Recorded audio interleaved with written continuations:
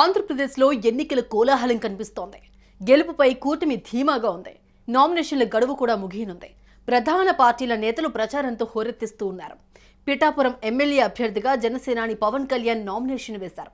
అయితే నామినేషన్ ర్యాలీలో ఓ ఘటన ఆసక్తికరంగా మారింది. దీనిపై మెగా బ్రదర్ ట్వీట్ చేయడంతో అది కాస్త వైరల్గా మారింది. ఇంతకీ నాగబాబు ఏం ట్వీట్ చేశారు? ఎవరిని ఉద్దేశించి ట్వీట్ చేశారు?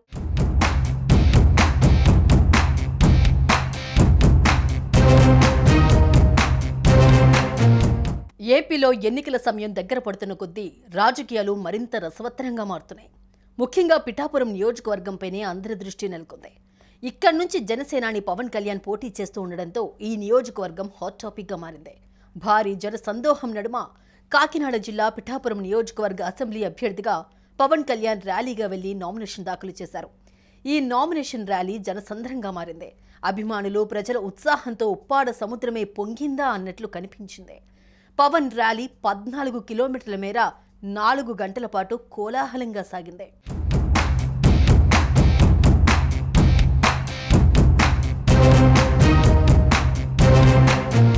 సోదరుడు నాగబాబు, పిఠాపురం టీడీపీ ఇన్ఛార్జ్ వర్మతో కలిసి రిటర్నింగ్ అధికారులకు పవన్ కళ్యాణ్ తన నామినేషన్ పత్రాలను అందజేశారు. అయితే నామినేషన్ ర్యాలీలో ఓ ఫోటో ఇప్పుడు వైరల్ అవుతోంది.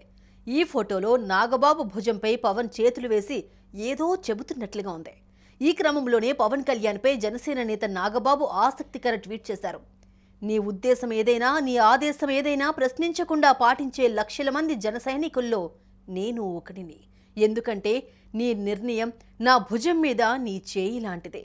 అది బలాన్ని, భరోసాని ఇస్తుందే తప్ప బరువుని, బాధని ఇవ్వదని పేర్కొన్నారు. దీంతో నాగబాబు చేసిన ట్వీట్పై పలువురు నెటిజన్లు రకరకాలుగా స్పందిస్తున్నారు. ఎలాంటి కండిషన్లు లేకుండా నిజమైన జన సైనికుడిలా పనిచేస్తూ స్ఫూర్తిగా నిలుస్తున్నారని మరికొందరు కామెంట్ చేశారు.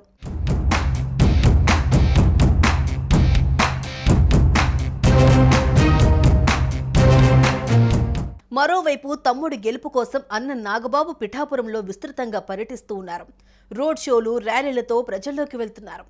టీడీపీ వర్మతో కలిసి ఎన్నికల ప్రచారంలో పాల్గొంటున్నారు. పవన్ గెలిస్తే పిఠాపురం అభివృద్ధి తమ బాధ్యత అని హామీ ఇస్తున్నారు.